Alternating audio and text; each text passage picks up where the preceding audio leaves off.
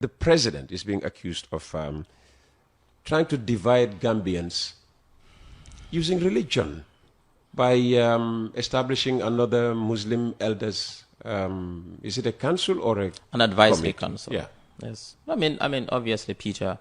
Anybody who knows the president knows he's a unifier. Why, what does he need it for? There's already the Supreme Islamic Council. The Supreme Islamic Council has a different mandate. Their mandate is more expansive, and they are an authority, more statutory. So this is an informal advisory council that the president set up. I think the people complaining, particularly the UDP, they like to politicize everything, and not everything can be politicized.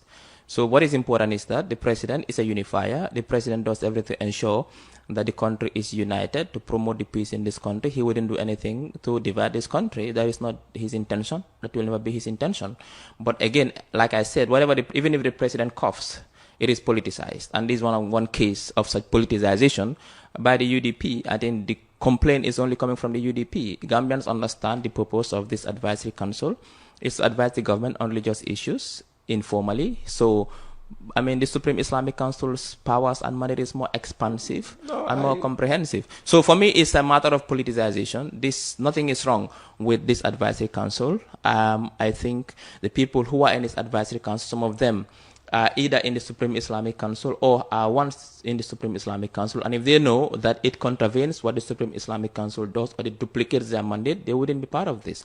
So for me, I think, Peter, there are more important issues. The government is focusing on uniting this country, focusing on providing social services to Gambians, providing the right road networks through building road infrastructure, providing healthcare to Gambians by building healthcare facilities and equipping them with state-of-the-art equipment, providing educational services to Gambians, quality education, accessible. That's what we are focusing. We are focused on supporting the farmers. And you see what we've done for farmers.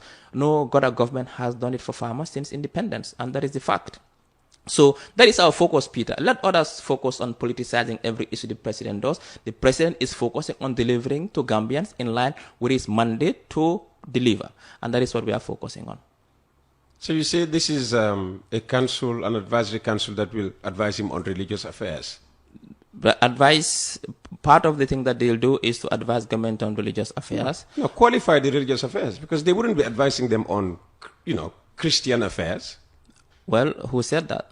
You said religious affairs. But is Christianity not a religion? No, what I'm saying is that as an advisory council... Or don't you consider Christianity a religion? They can advise the president on issues that has to be all religions in this country. It doesn't have to only be...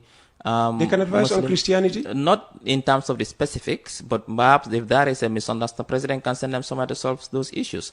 So for me, it takes a misunderstanding between Christians and Muslims. Thank God we don't have that. And I hope you're not praying for misunderstanding between Christians and Muslims in this country. When people live together, Peter, these things can be inevitable. There can be some issues like we've seen before whereby people take things into their own hands, and this council can be able to do those things and discuss those issues. The purpose is to promote to promote peaceful coexistence in this country. Let me put the question more directly.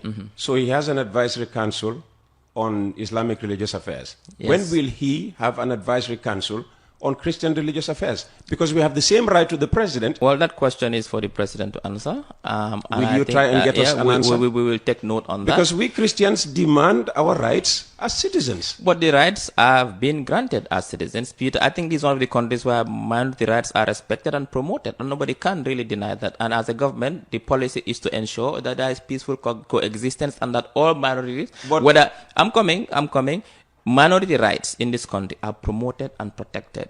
Both ethnic minorities, religious minorities, you name it. That is not an issue. And you can see, just from this conversation, you can see why the UDP is saying this move is divisive. It is not divisive. We just agree with that. What the UDP is doing is to politicize the move, and which I think is trivial. They should not do that. The move is not meant to divide anybody, any religion, any ethnic group, or any nation. The move is geared towards augmenting and promoting the peaceful coexistence we have in this country and promoting and consolidating the peace we have in this country. So for me, anybody who really thinks that it is divisive and the move is intended to divide, I think that is disingenuous, and I think is politicizing an issue that should not be politicized.